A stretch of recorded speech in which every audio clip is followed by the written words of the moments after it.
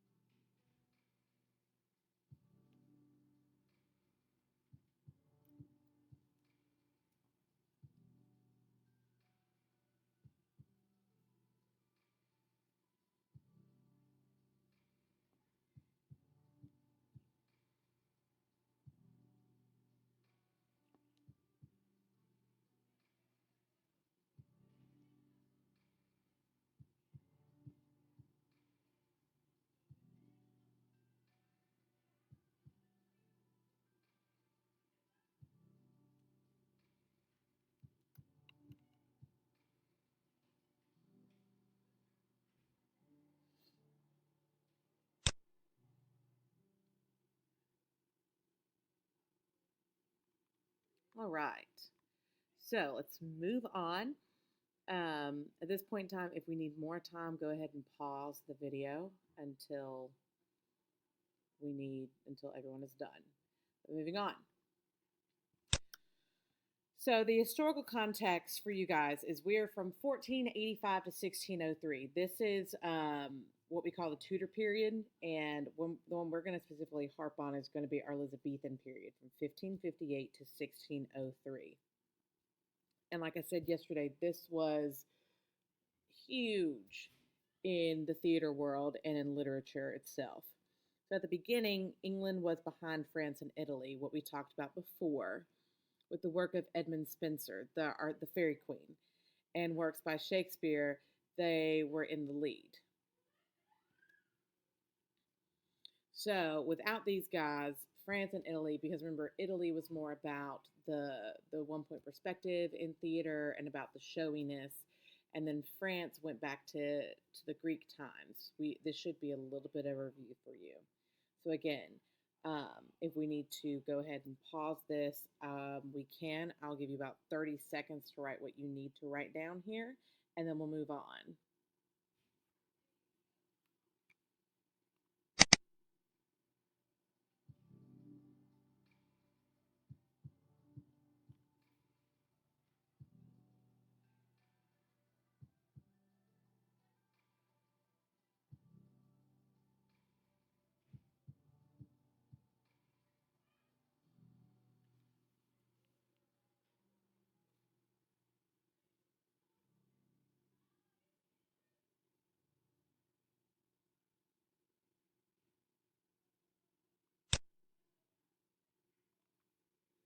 Okay.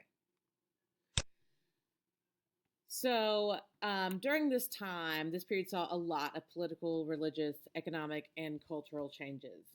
Henry VIII um, was in power, and he was part of the feudal barons of their power, initiating a new aristocracy of wealth. So this is a picture over here. If you see this picture right here, this is the typical attire you would think of the Renaissance.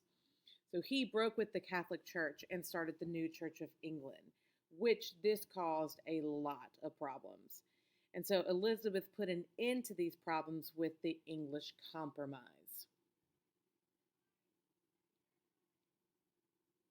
I'll give you a moment to write all this down. Write what you need to down. Remember, I'm not making you write anything down.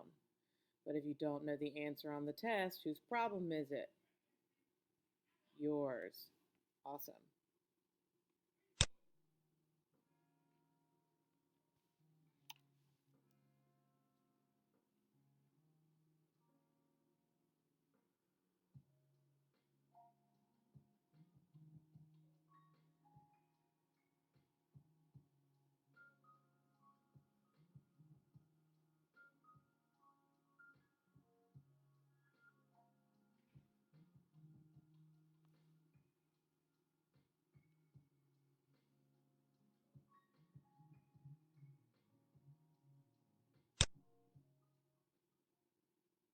All right, I'm back. So we know the Renaissance means what? Go ahead and say it. This was a cultural change that saw the end to our medieval thoughts, and it saw an explosion in literary works. So the medieval civilization was God centered. Renaissance civilization was man centered, right? Thinking back in theater in the medieval times, and where did theater go to? It went to the church. Now we're going away from that.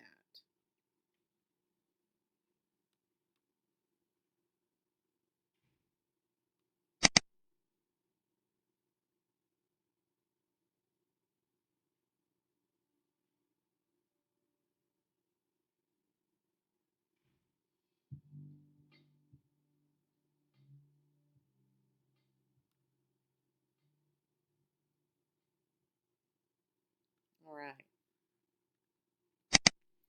So the effects of literature. I'll go ahead and just take a moment and let y'all kind of start writing this if you feel like. So this is what I was talking about, the Fairy Queen. This is from Edmund Spenser. It gives much praise to Queen Elizabeth. They also called Queen Elizabeth Fair Oriana. So you might see that referred to in some literature. Many of the writer's works had a Puritan tone because of the religious upheavals. Poetry became very popular during this period, as we know. England was called a nest of singing birds. Every man in the court felt it necessary to write poetry. Stresses on the individual. Everyone wanted to write poetry. Sonnets appeared by the hundreds, and I mean thousands. I mean, sonnets were written daily, I mean, hourly. It was insane. They thought this would get them notoriety. Give you a couple seconds to write that down.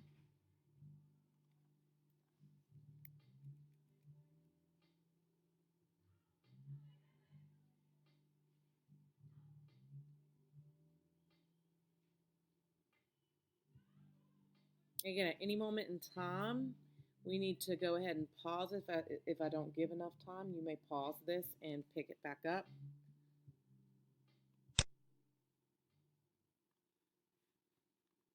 So the effect on literature. This helped with the development of the Elizabethan drama, but it was slow, and then it boomed. So what you're seeing here is your infamous Globe Theater replica. Yes, replica.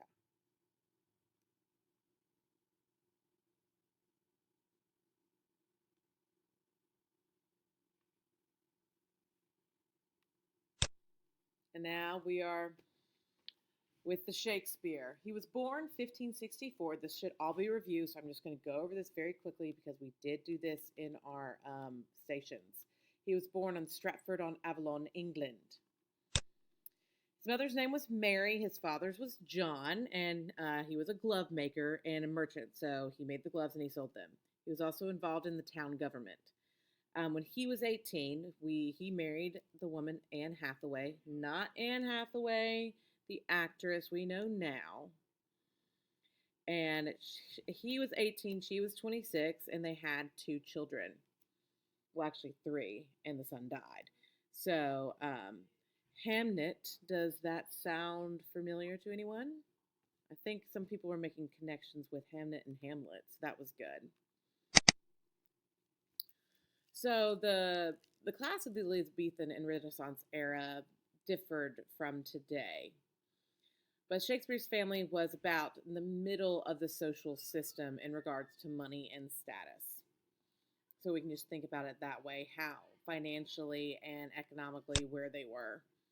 He went to the Stratford Grammar School from elementary to high school, and that's where he learned Latin, English, Greek, and Roman history and mythology. Funny thing is, he did not go to college. In his early 20s, Shakespeare went to London to work for an acting company, and from there he started writing plays. He continued to do this until he retired at the young age of 48. I wish I could do that. He wrote 36 plays and 154 sonnets in his career. Now, they think he wrote more plays and sonnets, but we do not know because his name is not on there. So we attribute them to him, but we do not know for sure. And Shakespeare was very, very financially successful, unlike a lot of other artists. Most of his plays were performed in the Globe Theatre in London, and he died at the age of 52 in Stratford.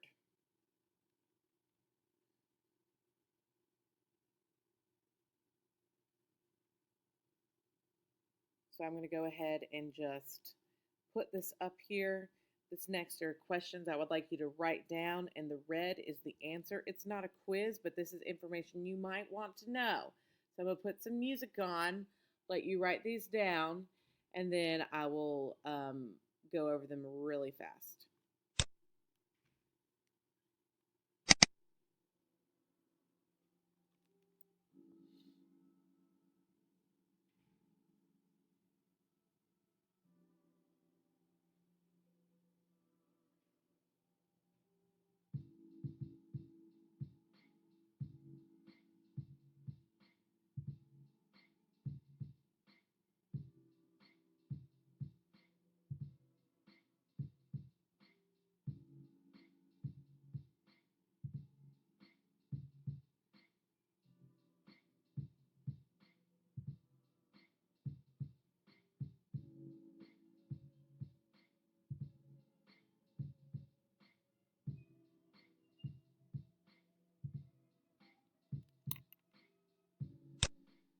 Okay, so Shakespeare was born in London.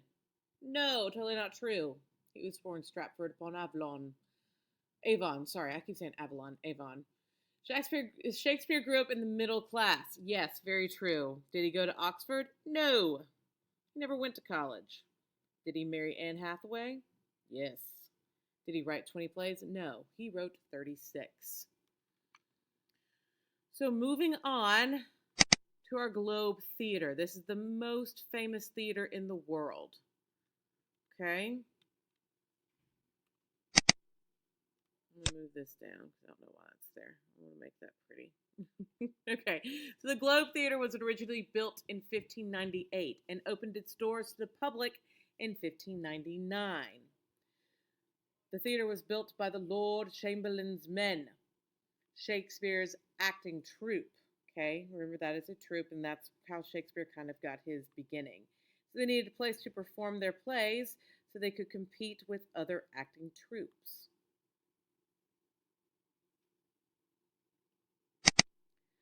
It was the most popular English theater of its time, and it's frequented a lot by the folk in Elizabethan life. From 1599 to 1640, the audiences at the Globe consisted of people from a variety of social and cultural backgrounds: peasants, prostitutes, merchants, laborers, wealthy citizens, lords and ladies, all frequented the playhouse of Shakespeare's London. Now, did they sit in different areas? Yes.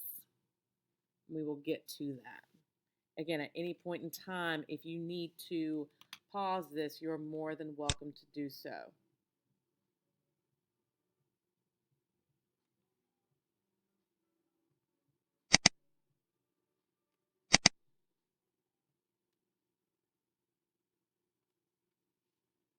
So this was split into three different levels. You have the floor, the second level, and the third level. So what we're going to talk about first is the floor.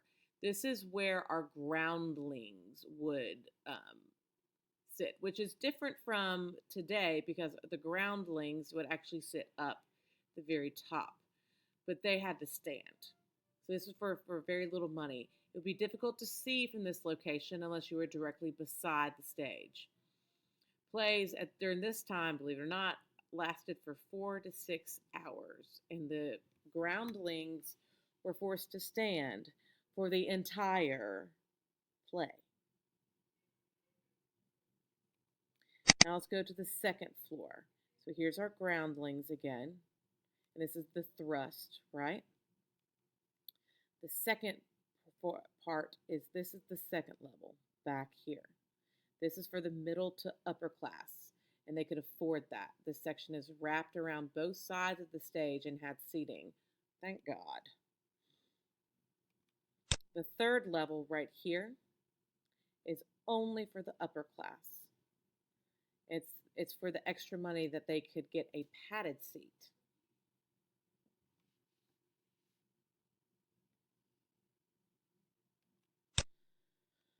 Okay, so this is the stage. Now, again, I told you Monday we're going to be making a model or a paper version of this, but I want you to be able to see this first. So the actors on stage had to deal with distractions like weather, because no, there was no roof, a rowdy audience, and even having food thrown at them if the performance was bad.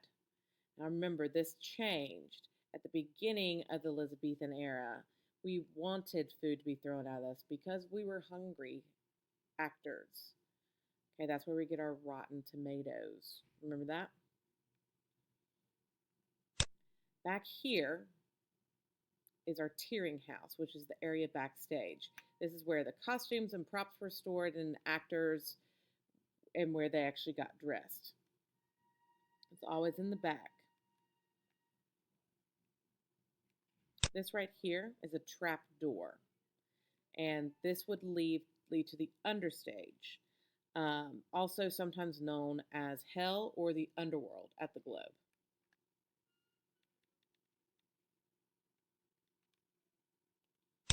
Heaven was at the top, and it was large columns on either side that supported this makeshift roof.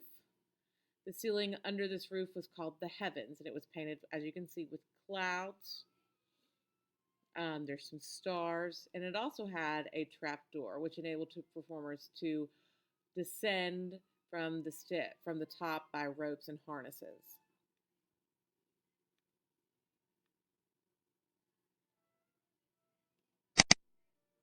So, some of the day-to-day problems faced by the Globe Theater. They had a lot of fights. There was the plague, obviously, the Black Death. Drug dealing, yes, we did have drugs back then.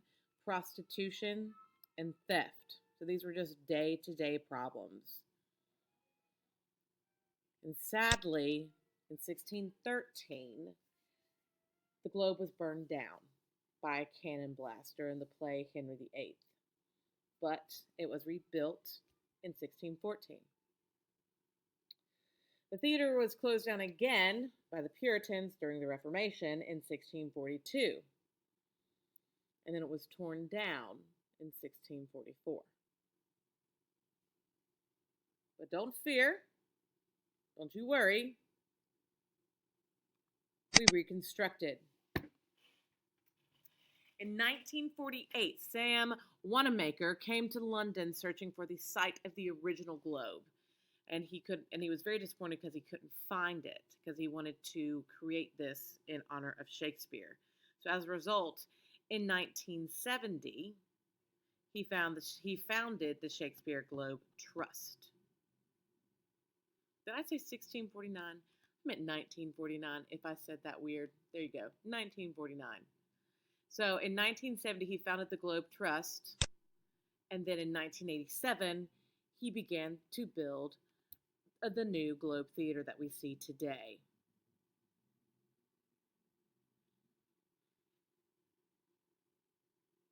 These are some fun facts you might want to know. The original Globe held about 3,000 people. Almost most of Shakespeare's plays were held there. He only owned 12% of the theater, which is sad because he probably should have owned a lot more. He did contribute a lot to that. But anyway, sad note. All right. The theater had no roof, so plays had to be held during the day for lighting. Now, you did see the roof. I know you're going to ask this question, but there was a roof because we have the heavens. Right. But what about for the audience? And what about to actually show people what's going on the stage? That was there. It was kind of like an awning. Or think about the Logium Proscenium from the Greeks. So during Shakespeare's lifetime, there were laws forbidding people from wearing clothes better than their social rank.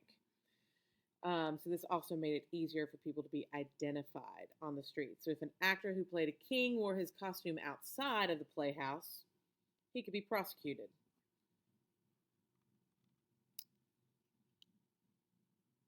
I hope this was a really good introduction for you. If you need to go back to any of this, just back it up. I hope you have a wonderful weekend, guys. And for the remainder of the class, go ahead and complete the word search. And then after you're done with that, you may work on homework that you have for the weekend, but you are not to get your cell phones until 5 minutes before the bell rings. All right. Have a great weekend.